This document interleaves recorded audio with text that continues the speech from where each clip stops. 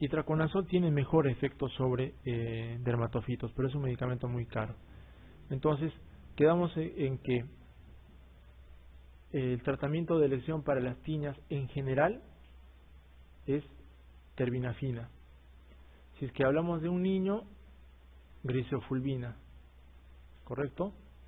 Entonces, tiñas producidas por dermatofitos, o sea, epidermofito, tricofito, umbilicosporum. Y si es una infección por hongos, por cándida, por una levadura, el tratamiento es derivado imidazólico, o sea, fluconazol o itraconazol. Ketoconazol no se utiliza, muy hepatotóxico, se ha demostrado que hay casos de hepatitis fulminante por ketoconazol, no hay que usarlo.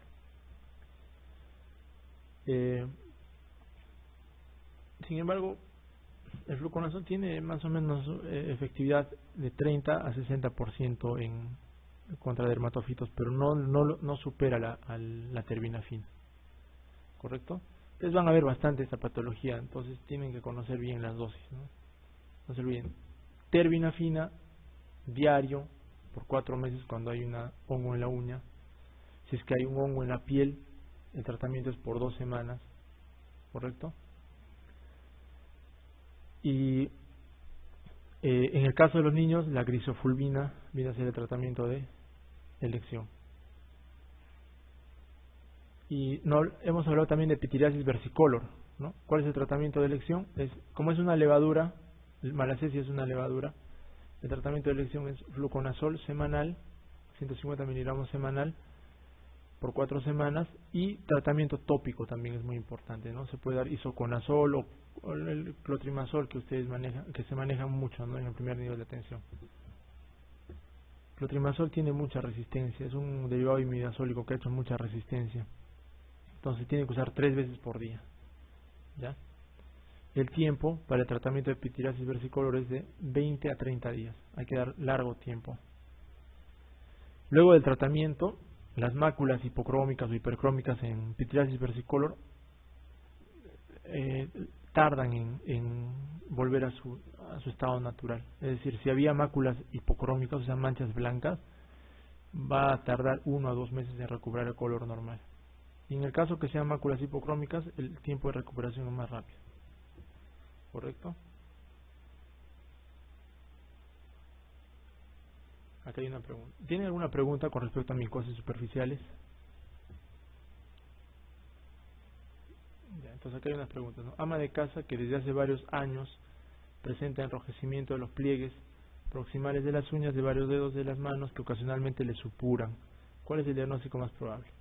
Entonces, ama de casa, enrojecimiento de pliegues proximales de uñas. Entonces, diagnóstico, paroniquia, ¿no es cierto? Candidiásica crónica. ¿Cuál es el diagnóstico más probable ante un deportista de 19 años con pequeñas manchas blancas en pecho y espalda que han aparecido en verano durante un viaje a un país tropical? Entonces, mácula hipocrómica en tórax anterior y tórax posterior de un paciente joven. Lo primero que hay que descartar es pitiriasis versicolor, que es producida por Malassezia furfur.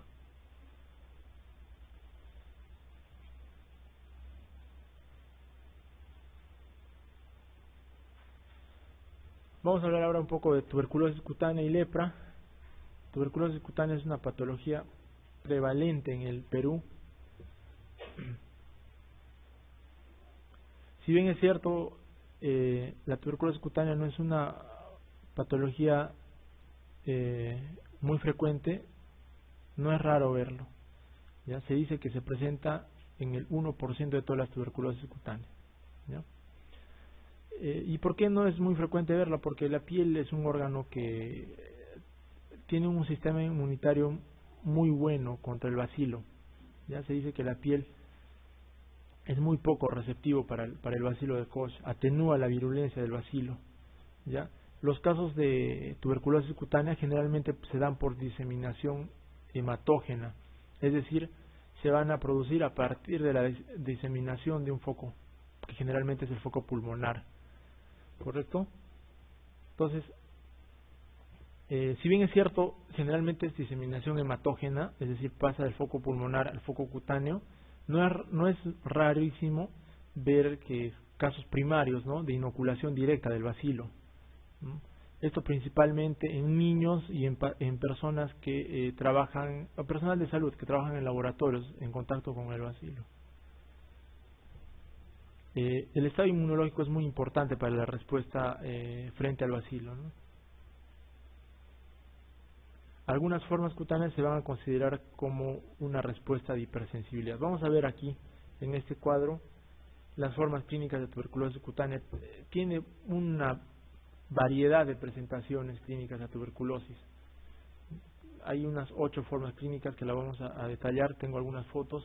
Ustedes se van a dar cuenta de tan florido puede ser la presentación de la tuberculosis. En general es un cuadro crónico. Hay que partir de eso, ¿ya? No hay una tuberculosis cutánea que tenga días de evolución, ¿correcto? A no ser que se trate de una tuberculosis, una gomosa por prima infección, que es muy raro, se ve en pacientes inmunosuprimidos. Obviamente, si están ante un paciente inmunosuprimido y ven lesiones ulcerosas, lo primero que tienen que pensar es en un cuadro infeccioso, ¿no es cierto? Pero si es un paciente inmunocompetente que tiene pocos días de evolución, una lesión de pocos días de evolución, no van a pensar en primer lugar pues en tuberculosis, ¿no? Entonces el tiempo de evolución es muy importante. La tuberculosis es una enfermedad cutánea crónica en la mayoría de casos. Existen formas clínicas, ¿no? Acá tengo un cuadro, creo que es mejor. Ya. Hay una forma clínica que se llama lupus vulgar. No se olviden, lupus vulgar es una forma clínica de tuberculosis cutánea, algunos lo han preguntado. ¿Ya? Existe el lupus discoide, que es una manifestación clínica de lupus eritematoso sistémico, o puede aparecer como una forma de lupus crónico cutáneo. Y también existe lo que se llama el lupus pernio, eso es para que lo anoten. El lupus pernio también se le llama así a la sarcoidosis, ¿ya? Entonces el lupus vulgar es una forma clínica de tuberculosis cutánea, es una placa, generalmente se encuentra en cara, en pabellón auricular, una placa crónica con el típico color en jalea de manzanas. Hay una forma clínica que se llama escrofuloderma, que es probablemente una de las formas más frecuentes de tuberculosis cutánea, que corresponde a la diseminación por contigüidad de la tuberculosis ganglionar. Entonces, ¿dónde será la ubicación más frecuente de este tipo de tuberculosis? En ganglios cervicales, ¿no?, o axilares. Primero se hace un nódulo gomoso, ese nódulo gomoso drena el contenido al exterior y se forma una úlcera. Esa es la tuberculosis escrofulodérmica. Existe la tuberculosis orificial, existe algunas tuberculides no papulonecrótica. Entonces hay muchas formas clínicas que no quiero mencionar todas porque lo voy a confundir.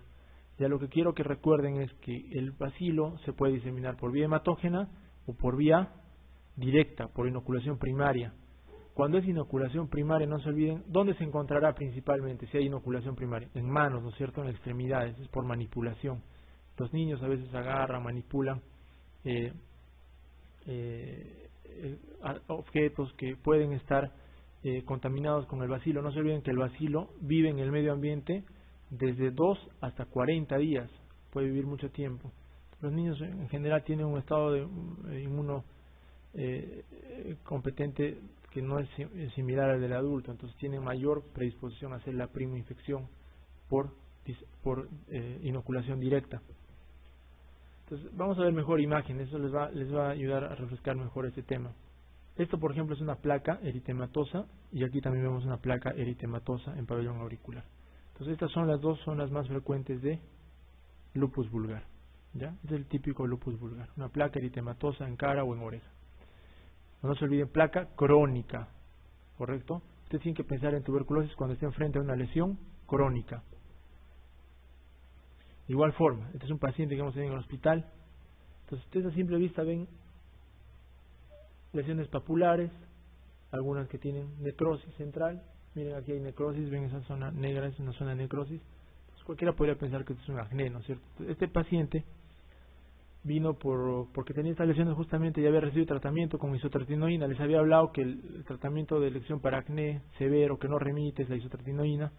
Se le dio tratamiento con isotretinoína y tampoco mejoraba. Entonces se le hizo la biopsia, pues la biopsia digamos, el paso último ante una lesión cutánea. Y pues se encontró el hallazgo típico histopatológico de la tuberculosis cutánea, que es las células gigantes multinucleadas de tipo Langhans, así se llama. Las células gigantes multinucleadas tipo Langhans son sugestivas, sugerentes de tuberculosis cutánea, ¿ya? Entonces, cuando en la histopatología vemos infiltrado granulomatoso con células gigantes multinucleadas tipo Langhans, tenemos que pensar en tuberculosis, en el Perú sobre todo.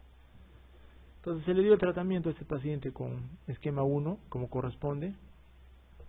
En la tuberculosis en piel se utiliza el esquema 1 también, y remitieron las lesiones totalmente. Entonces era una tuberculosis cutánea. Entonces eso también nos tiene que llevar a la conclusión de que la respuesta al tratamiento es un criterio diagnóstico en el caso de la tuberculosis en piel. No es muy frecuente encontrar el bacilo histopatológicamente, no se puede evidenciar el bacilo en las lesiones cutáneas. Esto ya les menciono nuevamente porque la piel responde muy bien ante el bacilo, tiene una muy buena respuesta ante el bacilo. ¿Y esto qué es? Por ejemplo, esto es una escrofuloderma, ¿no? Y escrofuloderma, no se olviden, en zonas de cadenas ganglionares. Miren, este paciente ya tiene cicatrices, ¿no?, de lesiones antiguas, y aquí hizo una úlcera escrofulodérmica. Igual este paciente tenía estas lesiones pues 3 meses, ¿no? Entonces no piensen en tuberculosis como primera posibilidad ante una lesión de inicio reciente. Tienen que pensar en tuberculosis cuando hay una lesión crónica. Miren acá, esto por ejemplo es también un caso interesante. Este paciente era un niño con lesión verrucosa, pensaban que era una verruga vulgar, se le había aplicado nitrógeno líquido, algunos queratolíticos, y la lesión no remitía. Entonces, ante una lesión crónica que no remite, ¿qué hacemos? Su biopsia, ¿no es cierto?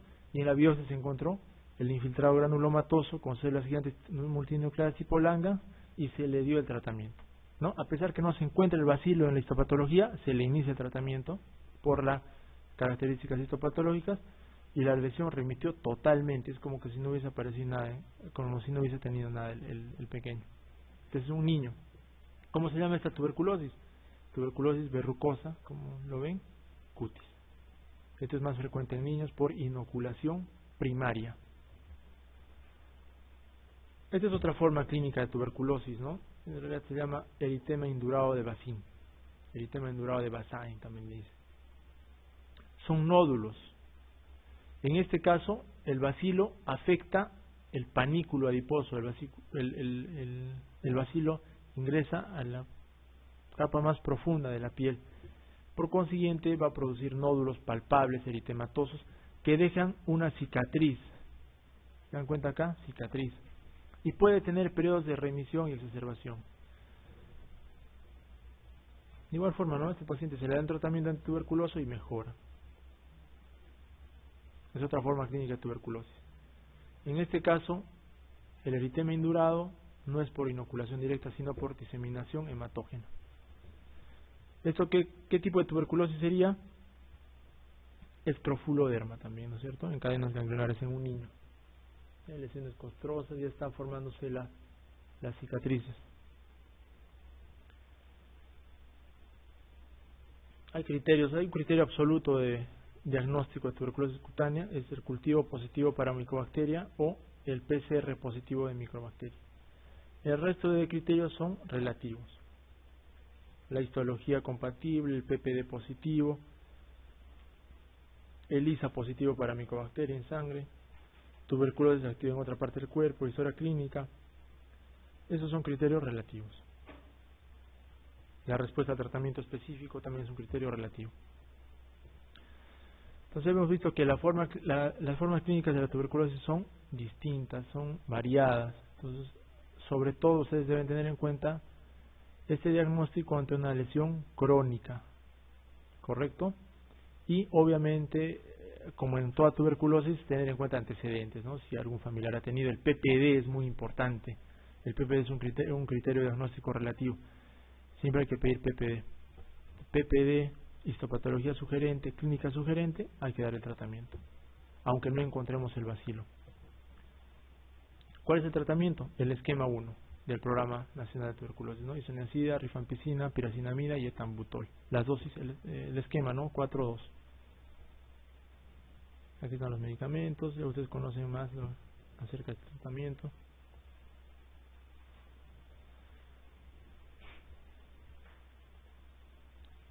En la afectación del eritema indurado, les había mencionado el panículo adiposo, los lobulillos adiposos. Es una paniculitis lobulillar, a diferencia del eritema nodoso, que también cursa con nódulos palpables, pero la paniculitis es septal. No se olviden. Eritema nodoso es paniculitis septal y eritema indurado es paniculitis lobulillar. Acá dice, enferma de 52 años a la que desde hace años le aparecen en pierna lesiones nodulares que evolucionan con épocas de mejoría y empeoramiento y que a veces ulceran. En el estudio anatomopatológico se demuestra la existencia de una paniculitis lobulillar. ¿Cuál sería su diagnóstico? Panarteritis nodosa, eritema indurado de Bacin, eritema nodoso, polangiitis microscópica o esclerodermia. Entonces aquí nos están describiendo el caso clínico de la foto que les he mostrado, ¿no? Es un eritema indurado de Bacin, ¿no? Lesiones nodulares que se ulceran a veces, ¿no? Acá tenemos la foto.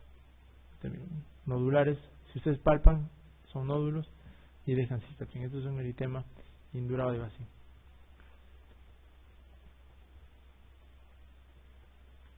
El eritema nodoso de la anatomía patológica se caracteriza por paniculitis septal. En dermatología se denomina lupus pernio a una forma de sarcoidosis. Lupus tuberculoso es lupus vulgar, ¿no es cierto?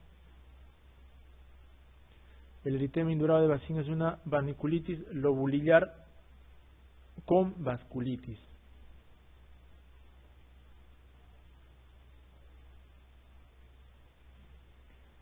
Vasculitis por hipersensibilidad, eso no es. Lepra.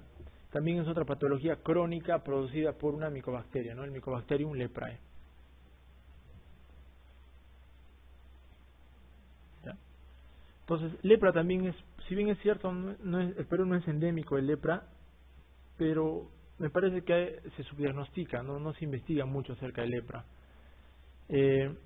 Esto porque hay algunas formas, hoy en día existen muchas formas paucibacilares, ya esto lo vamos a ver en la clasificación. Mycobacteria leprae es el que produce. Recordar que esta micobacteria es un parásito intracelular obligado de macrófagos y células de Schwann. Esto quiero que lo recuerden, ¿no?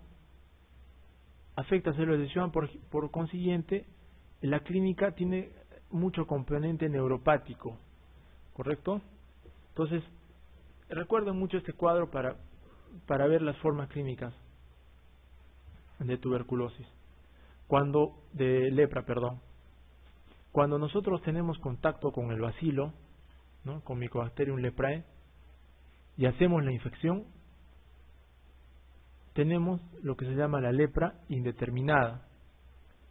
Dependiendo del estado inmunológico del paciente, esta lepra indeterminada puede evolucionar a lepra tuberculoide o puede evolucionar a lepra lepromatosa, ¿correcto? Si el paciente tiene un buen estado inmunológico, va a evolucionar a lepra tuberculoide. Si el paciente tiene un estado de inmunosupresión o no es inmunocompetente, va a pasar a una lepra lepromatosa. Entonces, obviamente, si el paciente tiene buen estado de inmunológico, la lepra tuberculoide no va a ser una clínica muy florida. Pero si el paciente tiene un estado de inmunosupresión, es un paciente que no es inmunocompetente, la forma clínica va a ser más severa, ¿no es cierto? Y por consiguiente va a tener la lepra lepromatosa. Entonces, la lepra indeterminada es la prima infección, es un estadio inespecífico de la infección por Mycobacterium leprae. En este caso, lo único que se puede evidenciar son algunas máculas hipocrómicas, bien delimitadas, ¿ya? Y característicamente puede haber alteraciones en la sensibilidad, ¿ya? Y la vaciloscopía es negativa siempre, ¿no? Pues justamente porque es un estado de prima infección y el organismo está tratando de contener la proliferación del bacilo. Si el paciente tiene un buen estado de inmunológico, la lepra se va a denominar lepra tuberculoide y clínicamente se van a presentar como placas eritematosas con ligera infiltración, bordes sobrelevados, y va a haber un componente neuropático marcado, o sea, va a haber una anestesia objetivable. Pueden ser máculas o placas media blanquecinas o eritematosas, pero que presentan anestesia. La baciloscopía también es negativa, ¿no? El sistema inmunológico está conteniendo el bacilo. A diferencia de la lepra lepromatosa, que se va a presentar en pacientes inmunosuprimidos, hay una anergia selectiva al Mycobacterium leprae, hay alta carga bacilar y clínicamente se va a presentar pues como lo que conocemos, ¿no? Como nódulos, tumores, con fase leonina marcada, ¿no? Esos nódulos se llaman janssenomas, en cara, en tronco y extremidades, ¿no? En este caso de la lepra lepromatosa puede presentarse la nariz sencilla de montar, puede haber destrucción del cartílago nasal, epistaxis por esa destrucción del cartílago nasal, la apariencia serótica con mayor demarcación de los pliegues cutáneos, ¿no? La típica lepra. Una lepra que pues la puede diagnosticar, se diagnostica desde la puerta pues del hospital, ¿no? En este caso no hay mucho que pensar. El problema es cuando tenemos casos de lepra tuberculoide y lepra indeterminada. Eso tienen que tenerlo siempre presente, ¿no? Mácula acrómica con alteración de la sensibilidad puede ser lepra, ¿no? Esto siempre concordando con el antecedente del paciente. Si es un paciente que viene de la selva, de zonas donde hay lepra, Lambayeque, Loreto, Ucayali, que venga con máculas acrómicas, con hipoestesia o hiperalgesia, hay que sospechar en lepra, ¿no? Se tiene que biopsiar. El fenómeno de Lucio es un fenómeno de respuesta masiva con vasculitis necrotizante ante la infestación del bacilo, ¿no? Los pacientes de igual forma, en pacientes con VIH o inmunosuprimidos, el bacilo va a producir una vasculitis, ¿no? Y los bacilos inclusive van a formar una especie de trombos a nivel vascular, en vasculación terminal. No se olviden, en lepra indeterminada es la primera infección y esta puede pasar a lepra tuberculoide si el paciente tiene buena defensa, entre comillas, o puede pasar a ser lepra lepromatosa si el paciente es inmunosuprimido, ¿no? La lepra lepromatosa es la forma más severa de lepra y la tuberculoide es una lepra más solapada. La indeterminada solamente se puede presentar en algunos casos como máculas hipocrómicas.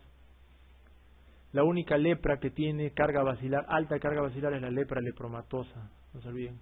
Y la lepra tuberculoide y la lepra indeterminada no tiene carga bacilar, o sea, baciloscopía negativa, solamente en la clínica. Bueno, vamos a pasar hablando, seguimos hablando de manifestaciones cutáneas, infecciones por dermatofitos, por hongos, por virus, de las manifestaciones cutáneas del VIH. Es muy importante que lo conozcan. Se dice que el 90% de pacientes con VIH tienen alguna manifestación cutánea. Y no solamente por tener el estado de inmunosupresión, sino también porque los medicamentos antirretrovirales producen afectación cutánea. Entonces, cuando tenemos un paciente con VIH y tiene una manifestación cutánea, podemos estar frente a una infección de la piel, podemos estar frente a una condición inflamatoria, podemos estar frente a un tumor o podemos estar frente a otra manifestación cutánea distinta, ¿no? Que puede provenir del consumo de medicamentos. Entonces, si hablamos de infecciones de la piel en un paciente por VIH, este puede ser infectado por una bacteria, por un hongo, por un virus o por un artrópodo. En el caso de las bacterias, estafilococo, sobre todo el meticilino resistente adquirido en la comunidad, va a producir principalmente nódulos, abscesos cutáneos, ¿correcto? La sífilis es más preponderante. El paciente con VIH tiene 4 veces más probabilidades de hacer sífilis que un paciente sin VIH. La tuberculosis cutánea también se presenta más en pacientes inmunosuprimidos, ¿no es cierto?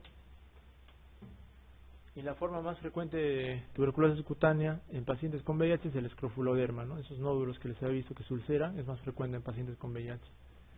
Las micobacterias atípicas también producen nódulos, abscesos, fríos, diseminados en todo el cuerpo.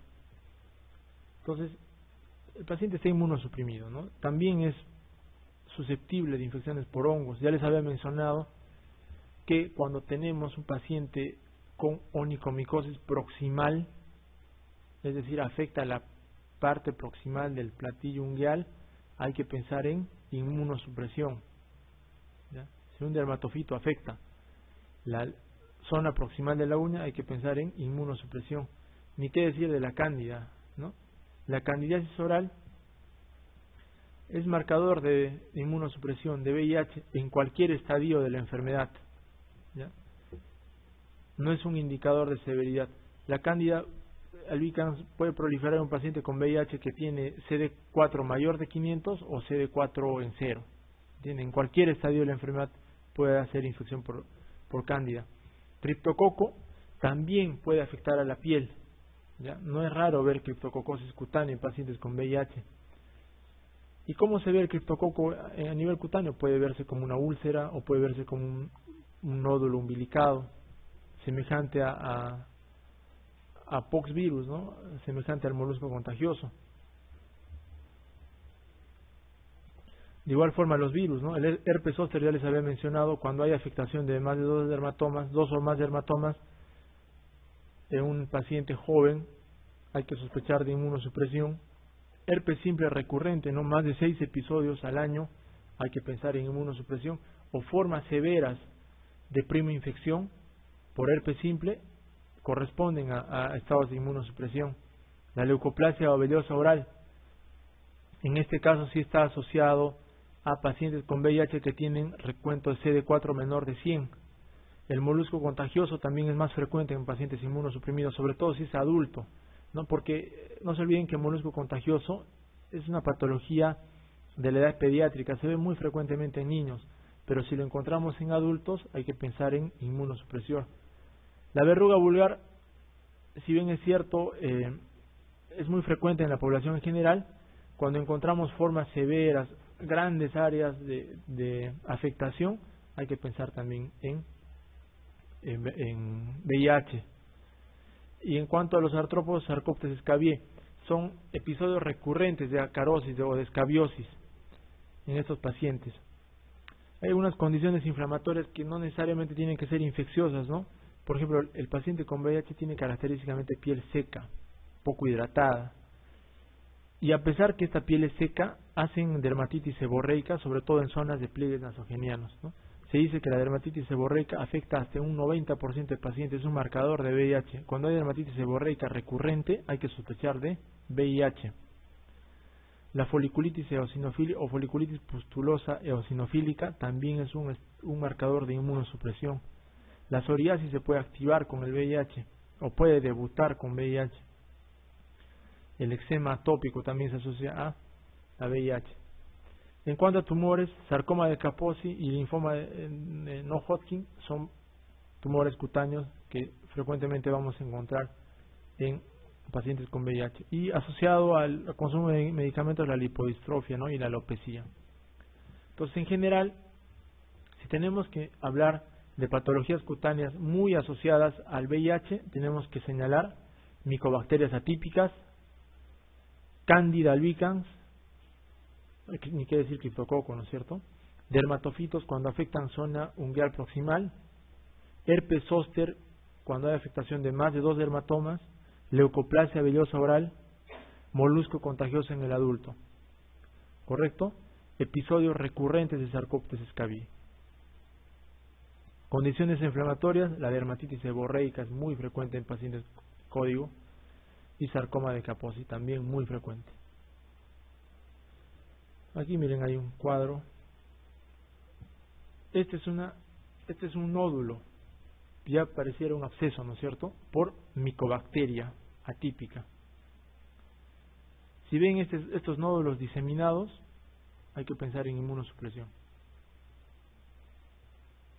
Miren acá, es el mismo paciente. Tiene nódulos en extremidades, tiene nódulos en muslo. El paciente está inmunosuprimido, hay que pedirle VIH. O miren estas formas, ¿no?, de condilomas genitales. ¿Sí? Aunque no lo crean, vienen en este estado, ¿no?, los pacientes con VIH, ¿no? Ya es un tumor, ¿no?, gigante. Este es un estado de inmunosupresión. Y la micosis unguial proximal, ¿correcto? Esto es a lo que me refiero con la afectación proximal de las uñas. Estas onicodistrofias en un paciente joven, ¿no? Es onicodistrofia total, también puede ser un marcador de inmunosupresión, sin embargo no es específico, ¿no?, así como esta. Esto es muy específico de inmunosupresión. Se dice que hasta un 82 a 90% de pacientes con VIH tienen algún tipo de hongo en la piel, sobre todo Trichofiton rubrum. Aspergillus niger, Cladosporium son hongos oportunistas. Si encontramos este tipo de hongos en pacientes, hay que pensar en inmunosupresión. Las tiñas es más frecuente, pero no es marcador de inmunosupresión. Cualquier persona puede tener su tiña cruris, ¿no? No es raro encontrar un paciente obeso, deportistas, jóvenes que tienen bastante sudoración, pueden hacer sus tiñas por la humedad. Miren esta pápula, por ejemplo, una pápula eritematosa. ¿Cuál es el diagnóstico? Linfoma no Hodgkin. Así concluimos con esto. Un joven de 16 años. Este es el mismo paciente, ¿no? Pápulas, linfoma no Hodgkin. Entonces, esto también nos sirve para entender que los pacientes con VIH tienen formas clínicas inusuales de las enfermedades infecciosas o proliferativas. Ahí está, les hablaba, ¿no? Malacesia produce dermatitis seborreica hasta un 80% de pacientes con VIH. Sobre todo si son formas severas, ¿no? La lesión típica de dermatitis seborreica es la placa eritematoso-descamativa en zonas seborreicas, ¿no?, valga la redundancia, en zona de entrecejos, ¿no?, frontal, en pliegue nasogeniano, miren aquí, ¿no es cierto? Seborrea, descamación, eritema, miren en toda esta zona. La candidiasis oral, nuevamente, puede presentarse en cualquier estadio del VIH. Si es un paciente adulto con cándida, tienen que pedir VIH. Miren esta candidiasis oral en placa blanquecina. De igual forma hay otra forma de cándida oral en úlcera, ¿no? Es un paciente con VIH terminal, ¿no? Ven las úlceras con borde blanquecino y base eritematosa, es por cándida también, una estomatitis candidiásica.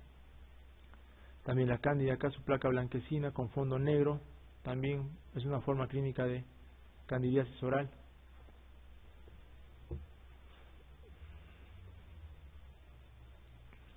Entonces, siempre tengan en cuenta estas patologías cuando estén frente a un paciente en dermatología, ¿no? Ahora vamos a hablar de las enfermedades vesículo-ampollares, ¿correcto? Entonces, cuando hablamos de enfermedades vesículo-ampollares, tenemos que tener en cuenta